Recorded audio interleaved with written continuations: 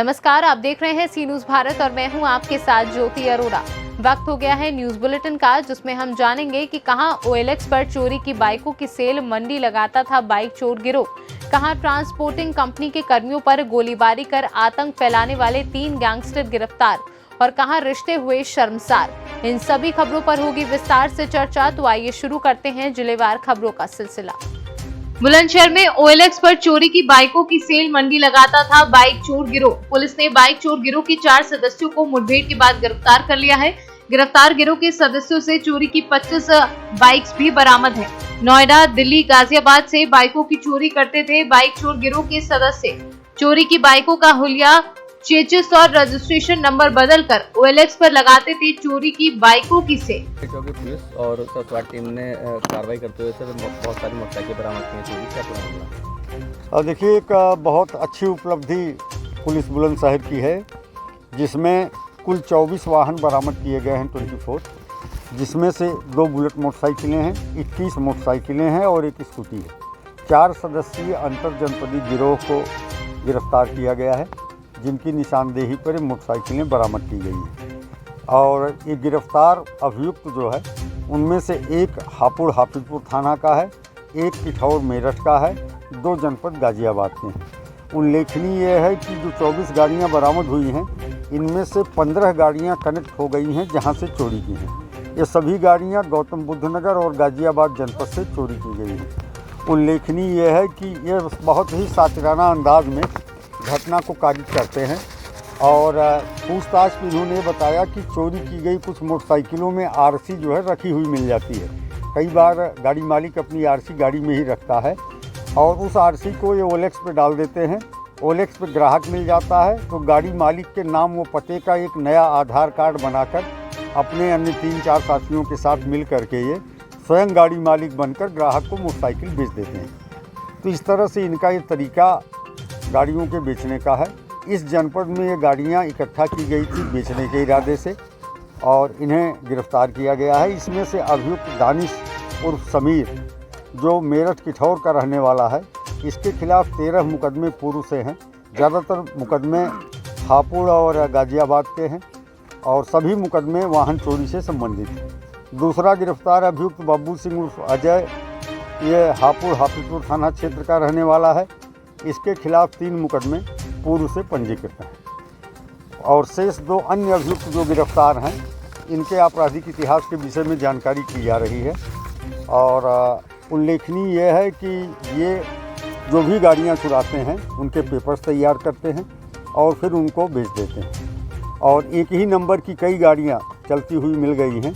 जैसे जो गाड़ी वास्तव में ओरिजिनली कहीं न कहीं लोगों के पास है, उसका नंबर डालते हैं, फर्जी RC तैयार करते हैं और किसी खरीदने वाले को बेच देते हैं। तो खरीदने वाला हमेशा इस भ्रम में रहता है कि वो ओरिजिनल मालिक से गाड़ी खरीद रहा है।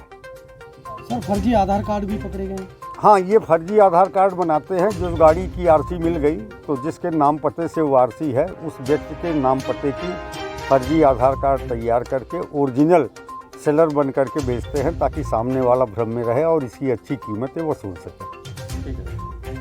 बुलंदशहर से सी न्यूज संवाददाता नितिन सिंह की रिपोर्ट। चतरा के टंडवा स्थित कोयलांचल में गोलीबारी कर आतंक फैलाने वाले गैंगस्टर अमन साहू गिरोह सरगना को बड़ा झटका लगा है। पुलिस अधीक्षक राकेश रंजन और DIG नरेंद्र कुमार सिंह के नेतृत्व में गठित टीम ने चतरा जिले के टंडवा, हजारीबाग जिले के कैरेडारी और बड़का गांव से अपराधियों को गिरफ्तार किया है। गौरतलब है कि टंडवा थाना क्षेत्र से होनही गांव स्थित RKTC कंपनी के आम्रपाली साइट कार्यालय पर बमबारी व फायरिंग कर कंपनी के 3 कर्मियों को जख्मी करने का आदेश दिया था। उसके चलते पुलिस ने त्वरित कार्यवाही करते हुए SIT का गठन कर अपराधियों के विरुद्ध अभियान चलाकर घटना को अंजाम देने वाले 3 अपराधियों को गिरफ्तार कर लिया है। परियोजना क्षेत्र में कार्यरत कंपनियों से लेवी वसूलने व गोलीबारी कर दहशत फैलाने वाले अमन साहू गैंग के अपराधियों के विरुद्ध बड़ी कार्यवाही करते हुए 3 अपराधियों को गिरफ्तार किया है। पुलिस ने गिरफ्तार अपराधियों के पास से 2 मोबाइल फोन भी बरामद किए हैं। ये दिनांक 29/8 को एक RKTC वर्कशॉप में आम्रपाली के RKTC वर्कशॉप में एक गोलीबारी की घटना घटी थी, जिसमें कुछ अपराध कर्मियों ने गोलीबारी कर है सो कई 3 व्यक्ति को गोली मारकर जख्मी कर दिया था, जिसका इलाज के लिए भेजा गया था। इस संबंध में गंभीरता को देखते हुए पुलिस अधीक्षक महोदय द्वारा एक SIT टीम युवा पदाधिकारियों का बनाया गया और इसमें लगातार छापामारी की गई। छापामारी के क्रम में ही एक सागर साव नाम का अपराधी तथा उसके साथी सत्या बलेश्वर महतो सत्या तथा कार्तिक महतो को गिरफ्तार किया गया है। चतरा से सीनू संवाददाता लकी की रिपोर्ट। हापुड़ में रिश्ते शर्मसार हो गए हैं। 2.5 बीघा जमीन के लिए मां की हत्या, गांव में पसरा सन्नाटा। कलयुगी बेटे ने पत्नी के साथ मिलकर मां को मौत के घाट उतार दिया। जमीन हड़पने के लिए तकिए से मुंह दबाकर मां की हत्या की। मृतक बुजुर्ग महिला ने 2 साल की उम्र में 25 साल पहले लिया था गोद। पुलिस ने हत्यारोपी बहू को भी गिरफ्तार कर लिया है। आरोपी बेटा मौके से फरार बताया जा रहा है। हापुड़ से सीनू संवाददाता राहुल कुमार की रिपोर्ट। प्रीतम शर्मा ने ग्राम बमौरा पीलीभीत में एक दुकान गंगाराम से क्रय की थी, जिसका बैनामा बाकी था, जिसका बैनामा धीरेन्द्र सिंह कातिब के द्वारा होना था। 6 जुलाई को प्रीतम शर्मा जब दुकान मालिक को लेकर धीरेन्द्र सिंह कातिब के पास पहुंचा तो कातिब ने उनके गवाह को गुमराह करके भड़का दिया और गवाह चला गया। प्रीतम शर्मा जब दूसरे गवाह को लेकर पहुंचे तो कातिब ने समय निकल जाने की बात कहते हुए 500 रुपए की मांग की तो उन्होंने रुपए दे दिए, जबकि ये पहले ही सारा खर्च दे चुके थे। लेकिन कातिब ने 4,500 रुपए अपनी फीस बताई तो प्रीतम शर्मा ने पूछा कि इन रुपयों की रसीद मिलेगी, तो इस बात पर धीरेन्द्र सिंह कातिब भड़ा गया और अपशब्दों का प्रयोग करते हुए दुर्व्यवहार करने लगा। तो प्रीतम शर्मा ने मजबूरी में कुछ लोगों के सामने 4,500 रुपए दे दिए, जबकि कातिब की फीस 400 रुपए बनती है। कातिब ने बैनामे पर अपने हस्ताक्षर भी नहीं किए और रजिस्ट्रेशन भी अपने सहायक भारत सिंह के नाम से कराया है। यदि भविष्य में कोई मुकदमेबाजी होती है तो उससे बचने के लिए ऐसा किया गया है। Uttar Pradesh document rights licensing rules 1977 की धारा 10 के तहत कोई भी कातिब निर्धारित शुल्क से अधिक शुल्क वसूल नहीं कर सकता है। उक्त रूल्स के हिसाब से कातिब की फीस 400 रुपए बनती है। कातिब ने प्रीतम शर्मा के साथ धोखाधड़ी करके व गुमराह करके 4,500 रुपए वसूलने के बाद भी बैनामे पर हस्ताक्षर नहीं किए हैं। इस पूरे मामले की लिखित शिकायत प्रीतम शर्मा ने जिलाधिकारी से की है और जांच कराकर धीरेन्द्र सिंह कातिब का लाइसेंस निरस्त कराने की मांग भी की। भाई साहब, जैसा कि बताया जा रहा है कि आपका कोई विवाद चल रहा है कातिब से, क्या मामला है? भाई साहब जी, मैंने 6/7/2021 में एक रजिस्ट्री करवाई थी धीरेन्द्र सिंह कातिब से पीलीभीत में, और इससे जब रजिस्ट्री करवाई थी तो इसने मुझे वहाँ रजिस्ट्री के लिए बुलाया था और मैंने इससे पूछा था भैया कितनी फीस जाएगी, तो बोला फीस उसकी बात नहीं है, फीस हो जाएगी। फिर इसने मुझसे ऑनलाइन करवा दी, रजिस्ट्राम करवा लिए। सारा काम करवाने के बाद जब आई फीस की बात तो इसने मुझसे एक्स्ट्रा चार्ज बहुत करा, 45 रुपये। जब मैंने कहा इतना फीस तो जाती नहीं 45 रुपये लिखाई की, तो बोला मेरा मुंशी का अलग आपको देना पड़ेगा 1,000 रुपये, 45 मेरी फ़ीस होती है। फिर इसने मुझे बहुत टॉर्चर करने लगा, शब्दों को बात करने लगा। मैंने कहा क्यों भैया? तो बोले इसका पैसा मुझे जो होता है ADM साहब को और लोगों अधिकारियों को भी देना पड़ता है,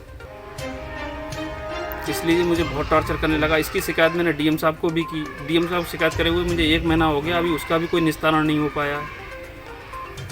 मामला क्या था पूरा? मामला क्या था, मैंने भमौरा अड्डा पे दुकानें ली थी। उस दुकान की रजिस्ट्री मैंने धीरेन्द्र सिंह कातिब पीलीभीत में करवाई थी। तो अब क्या कातिब कहते हैं? अब क्या कातिब, मैंने उसको DM साहब को कंप्लेंट की है। इन्हें जो मेरे साथ अभद्रता करी और मुझसे गलत पैसे लिए और मुझे टॉर्चर करा, मानसिक एवं दिमागी टेंशन दी, शारीरिक और मतलब मानसिक और आर्थिक दोनों प्रकार का इन्हें मुझे उत्पीड़न करा है। तो अब आप क्या चाहते हैं? आप क्या चाहते हैं? इनके खिलाफ कार्रवाई होनी चाहिए, क्योंकि इन्हें जो अवैध तरीके से वसूली करते, जो कि निर्धारित नियम के अंतर्गत इनकी जो फीस बनती है वो 400 रुपये बनती है। अच्छा। और इससे वो वाला जो पैसे लेते हैं, मुंशी के नाम पर अलग पैसे लेते हैं, अपनी फीस करके अलग लेते हैं, फिर शब्द करते हैं, फिर कहते हैं अधिकारियों को भी देना पड़ता है। तो ये लगातार अधिकारियों को बदनाम कर रहे हैं? हाँ जी, अधिकारियों के नाम पे ठगी करते हैं। ठीक है, थैंक यू। पीलीभीत से सीनू संवाददाता जितेंद्र शर्मा की रिपोर्ट। डेरी थाना अंतर्गत सुअर हवाई अड्डे के समीप बाइक और कंटेनर की टक्कर में एक बाइक सवार की घटनास्थल पर ही मौत हो गई। मृतक व्यक्ति का नाम मलानू अंसारी जो धौड़ान का निवासी बताया जा रहा है।